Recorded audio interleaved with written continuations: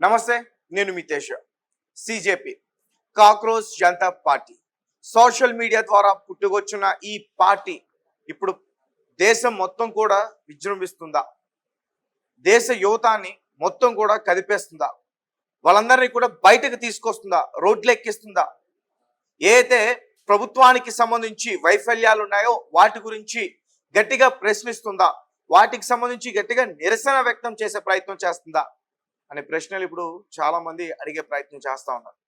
నిజానికి ఈ సిజేపి పార్టీ వ్యవస్థాపకుడు ఎవరైతే ఉన్నారో ఫౌండర్ అభిజిత్ దీప్కే ఢిల్లీ వచ్చారు. జంతర్ మంతర్ దగ్గర రీసెంట్ గా నీట్ పేపర్ లీక్ కి సంబంధించి, సిబిఎస్ఈ లీక్ కి సంబంధించి, అలాగే ఎస్ఎస్సి లీక్స్ కి సంబంధించి ఆయన మాట్లాడారు.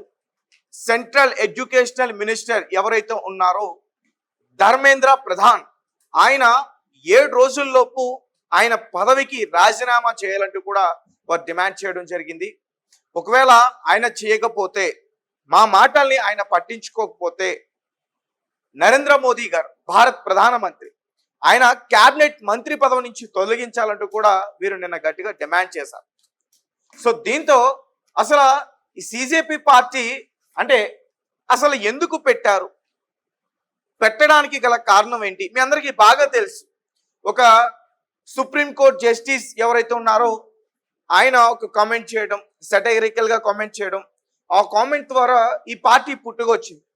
సో వీరి విధి విధానాలు ఏంటి, అసలు వీళ్ళు ఏం అడుగుతున్నారు, వీరు కావాల్సింది ఏంటి, వీరు నిరుద్యోగులకు అని చెప్పి మళ్ళీ జెన్సీ వారిని కదపడం ఏంటి, వారిని కూడా బయటకు వచ్చి మాట్లాడడం ఏంటి, ఇవన్నీ కూడా చాలా మంది గట్టిగా అడిగే ప్రయత్నం చేస్తున్నారు. అంటే సిజేపి పార్టీ ఏదైతే ఉందో, ఈ పార్టీ పెట్టిన వ్యక్తి, ఈ పార్టీ ఫాలో అవుతున్న వారందరూ కూడా దేశ ద్రోహులు అంటూ కూడా చాలా మంది మాట్లాడుతూ ఉన్నారు.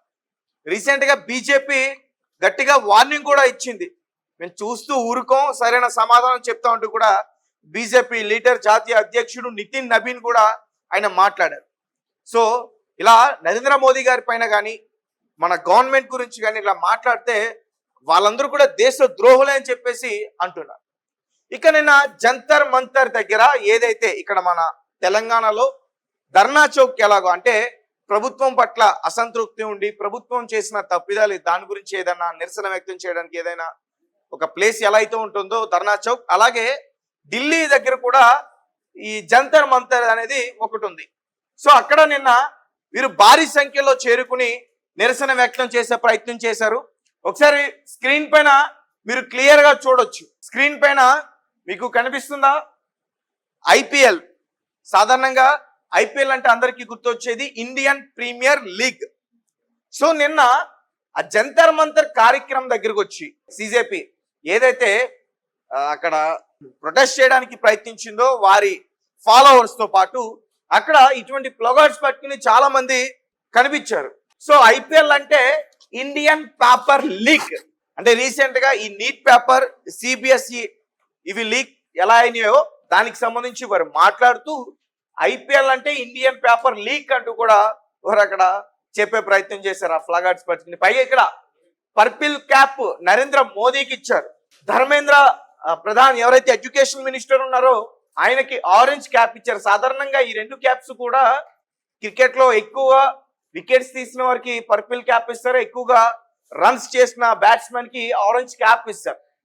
సో అలాగే excellence in fixing exam awarded by corrupted, ఆ అవార్డు ఎన్టీఏకి ఇచ్చారు. నేషనల్ టెస్టింగ్ ఏజెన్సీ ఏదైతే నీట్ పేపర్ ని కండక్ట్ చేసే ఏజెన్సీ ఉంటుందో, నేషనల్ టెస్టింగ్ ఏజెన్సీకి excellence in fixing exams awarded by corrupted అనే దాన్ని అయితే వారికైతే ఇవ్వడం జరిగింది.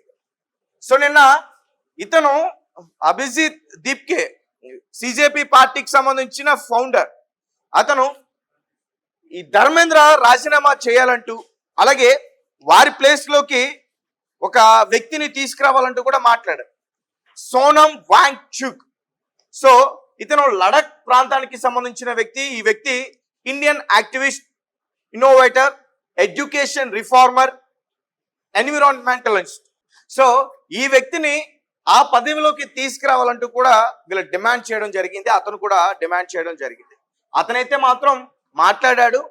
నాకు రాజకీయాలంటే నచ్చవు, నేను చెయ్యను అంటూ కూడా అక్కడే గట్టిగా చెప్పేశాడు. సో అలాగే ఇంకా మాట్లాడుతూ మా అమ్మ చాలా భయపడుతుంది నా గురించి, ప్రభుత్వానికి నువ్వు వ్యతిరేకంగా వెళ్తావు, నిన్ను జైల్లో పెడతారని చెప్పేసి మా అమ్మ నాతో మాట్లాడింది అంటూ కూడా చెప్తున్నాడు.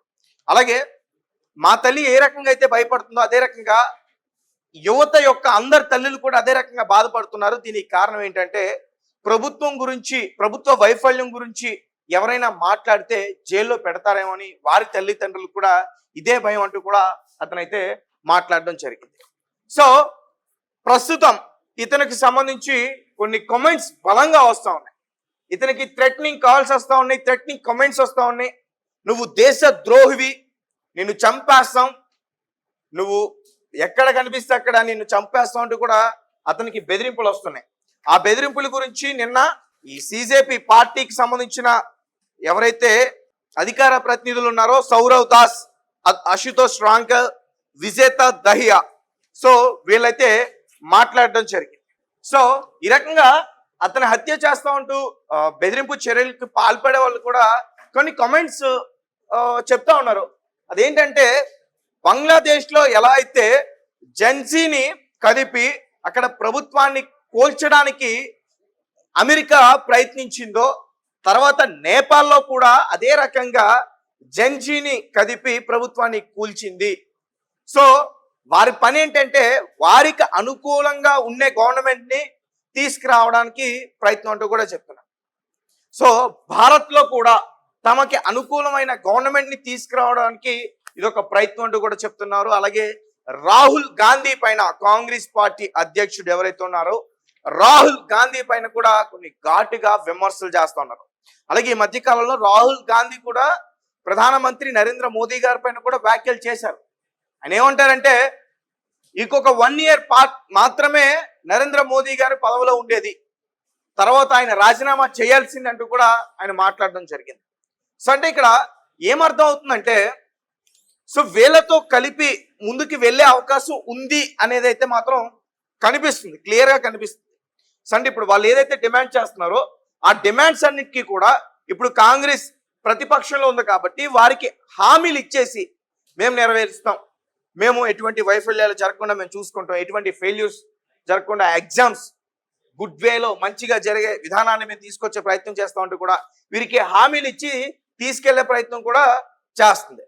సో అంటే దీని వెనక చాలా పెద్ద బ్యాక్గ్రౌండ్ ఉందంటూ కూడా చెప్తున్నారు.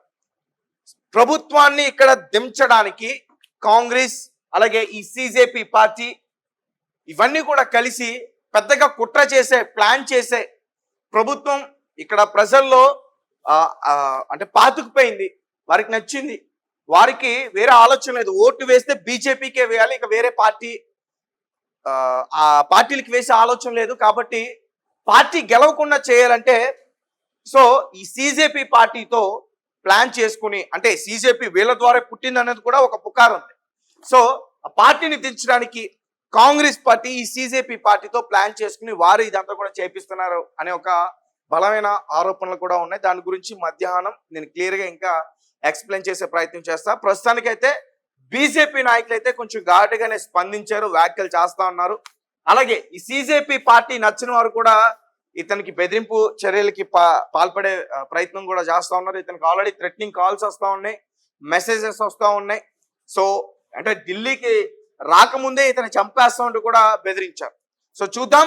అభిజిత్ దీప్కే మొత్తానికి నిన్న సక్సెస్ఫుల్ గా జంతర్ మంతర్ దగ్గర వారు ఏదైతే నిరసన వ్యక్తం చేయాలనుకున్నారో దాన్ని చేయగలిగారు. అక్కడికి చాలా మంది అతని అభిమానులు కావచ్చు, అతని ఫాలోవర్స్ కావచ్చు, లేదంటే ప్రభుత్వం పట్ల వ్యతిరేకంగా ఉన్నవారు కావచ్చు, నిరుద్యోగులు కావచ్చు, జెన్జీ జనరేషన్స్ ఏవైతే ఉన్నాయో కొత్త వాళ్ళందరూ కావచ్చు, అందరూ కూడా అక్కడికి వచ్చి గట్టిగానే మాట్లాడే ప్రయత్నం చేశారు. పోలీసులు కూడా పూర్తిగా వారికి సహకరించారు. అలాగే పోలీస్ బలగాలు కూడా కొంచెం భద్రతని ఇచ్చేవారు అందరికీ కూడా, ఎవరైతే అభిజిత్ ఉన్నారో మిగతా పర్సన్స్ ఉన్నారో వాళ్ళందరికీ కూడా, ముఖ్యంగా అధికార ప్రతినిధులు అంటూ కూడా 3 బయటకు వచ్చారు కదా, సో వాళ్ళందరికీ కూడా పూర్తిగా భద్రతను అయితే ఇవ్వడం జరిగింది. సో చూద్దాం. బీజేపీ అయితే మాత్రం దీనిపైన రెస్పాండ్ అయింది. బీజేపీ పార్టీకి సంబంధించిన జాతీయ అధ్యక్షులు నితిన్ నబీన్ దీనిపైన వ్యాఖ్యలు చేశారా, ఒకసారి ఆయన ఏం మాట్లాడారనే దాని గురించి మనం క్లియర్ గా వినే ప్రయత్నం చేద్దాం. స్క్రీన్ పైన చూడొచ్చు. అతను ఏమన్నారంటే విదేశాల్లో కూర్చున్న కొందరు భారతదేశ యువతకు తామే దేశ నిర్దేశం చేస్తామని అనుకుంటున్నారు. యువత దేశ అభివృద్ధికి దోహదపడాలని కోరుకుంటుంది. కొందరు వారిని ప్రభుత్వ వ్యతిరేకులుగా మార్చాలని చూస్తున్నారు. ప్రతికూల రాజకీయాల కోసం యువతను వాడుకోవాలనుకునే వారిని నేను హెచ్చరిస్తున్నానంటూ కూడా నిన్న ఆ రకంగా మాట్లాడడం అయితే జరిగింది.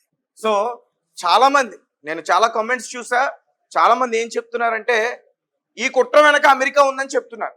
బంగ్లాదేశ్ లో ప్రభుత్వం కూలిపోవడం వెనక అమెరికా హస్తం ఉంది, నేపాల్లో ప్రభుత్వం కూలిపోవడం వెనక అమెరికా హస్తం ఉంది. వారికి అనుకూలంగా ఉండే, వారికి సహకరించే ప్రభుత్వాల్ని, మతానికి సంబంధించిన ఇష్యూస్ని కూడా ఇందులోకి తీసుకొస్తున్నారు. దాని గురించి కూడా క్లియర్గా చెప్పారు. సో కాబట్టి అమెరికా భారత్లో కూడా ప్రభుత్వాన్ని దించే ప్రయత్నం చేయబోతుంది. కాబట్టే ఈ సిజేపీని వారే పుట్టించారు. అలాగే ఈ అభిజిత్ వెనక అమెరికాకు సంబంధించిన కొంతమంది వ్యక్తులు కూడా ఉన్నారంటూ కూడా చాలా మంది కామెంట్స్ చేస్తూ ఉన్నారు. సో ఇదంతా కూడా నిజం అంటారా? నిజంగానే ఇండియాలో, భారత్లో జెన్జీ ఆ జనరేషన్ ని కదిపి ప్రభుత్వం దించడం సాధ్యం అంటారా?